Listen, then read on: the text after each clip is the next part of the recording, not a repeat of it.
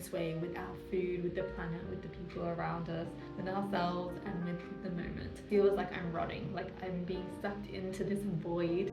So I wanted to share with you like what I've been thinking lately about my life, like living in a slow lane and inviting more presence, calm, self-love, you know how it is, into my life, and how I am going to practice doing so. And these are some of the three things that I've been thinking about, not just recently, but being reminded about a lot more lately. I also want to love that I spend so much time cooking now. Sometimes I feel like the amount of time I've been spending cooking, creating some new recipes or trying new recipes and flavors is kind of like time wasted, and that is not a productive use of my time when I could meal prep instead and have the time for other things. But actually, if I take away this like time element, I really love cooking.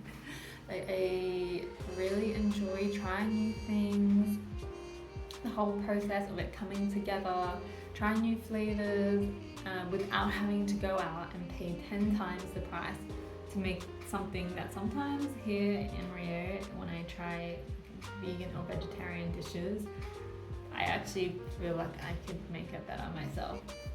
I said what I said. When I meal prep, like, they're nourishing, but I really enjoy looking forward to tasting the new flavor of my meal and like actually changing things up. Other people are not the same, and no shade to them.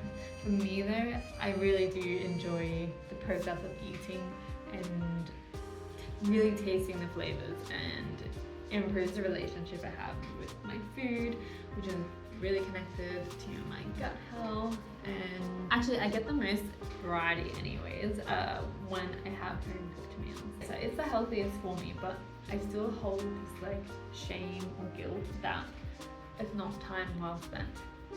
But I'm trying to step away from this mindset and just remind myself that it's perfectly okay if someone spends hours and hours a day nourishing themselves. Like, this is self-care, and if it's in presence and you're eating healthy, nourishing meals, you can also share it with your family or your loved ones, your housemates, then there is absolutely nothing wrong with this, and it is actually a very, very beautiful practice to spend our time, our life, connecting in this way with our food, with the planet, with the people around us, with ourselves, and with the moment. And yeah, I'm just trying to remind myself that cooking in the kitchen, home cooked meals is a ritual in itself, and there's nothing I should feel guilty about, or that it is not worth my time, because it absolutely is. I'm going to show you some of the meals that I've been making, in case you've been wondering what I've been enjoying, and hopefully you'll find some inspo too. And I'm actually really enjoying, now that I am cooking so much, getting back into watching YouTube cooking videos, which I haven't done in ages, and because I was traveling, so I wasn't eating, I was cooking, but very, very basic, because I was sharing like a hostel kitchen. But now I feel so lucky to have a full kitchen and actually time and space to cook more, less simple meals and more nice variety. So I'm just very happy to be like absorbing this kind of content again and tapping into this passion and interest and hobby of mine, which is cooking. One other thing I've been thinking about more these days is, well, for a while, but the putting into the practice part is the hard part, is decentralizing my phone. So when I'm home, like I reactivated my dance Instagram yesterday, and I plan to permanently delete my personal Instagram, which I'll do a whole other video talking about like why I've come to that conclusion and all that. But for now, decentralizing my phone. So yeah, when I'm at home, I want to to, as much as possible, put my phone on airplane mode and use it as my camera, which I'm using now, and actually use my laptop more, because I just feel like when I'm at home and I'm working on my laptop, like watching YouTube from my laptop, or trying to like do admin on my laptop, put like YouTube ideas, or even using WhatsApp on my laptop, it's just like a completely different experience than using these things on my phone.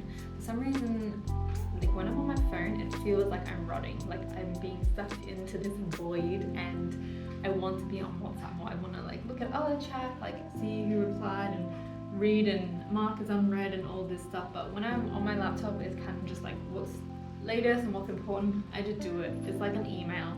Yeah, it's like an inbox, and it doesn't have that same feel, the UI. So I can just look at it and then put it away.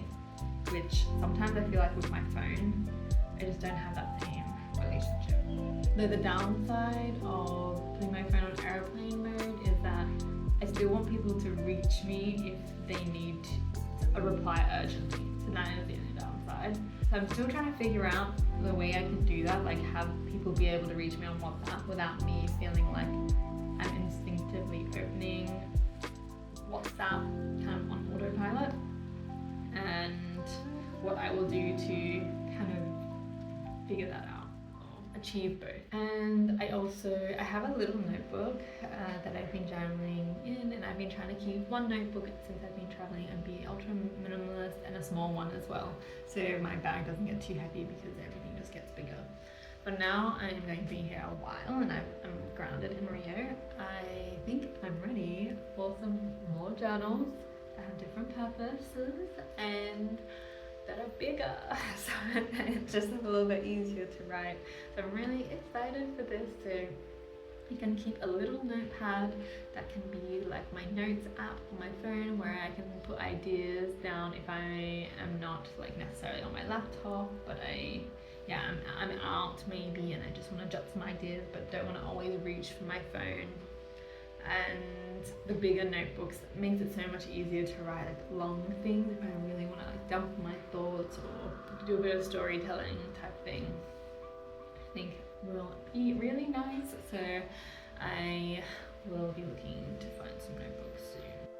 Yeah, so these are some things I've been thinking about lately, about what I would like to invite more into my life so I can live a bit more slowly, invite more presence and self-love and care. Yeah, it's a practice, so let's see how it goes.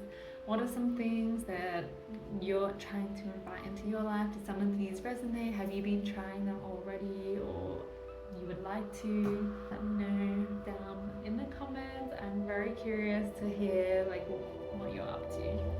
But thanks for catching up with me, and I will see you soon. Bye.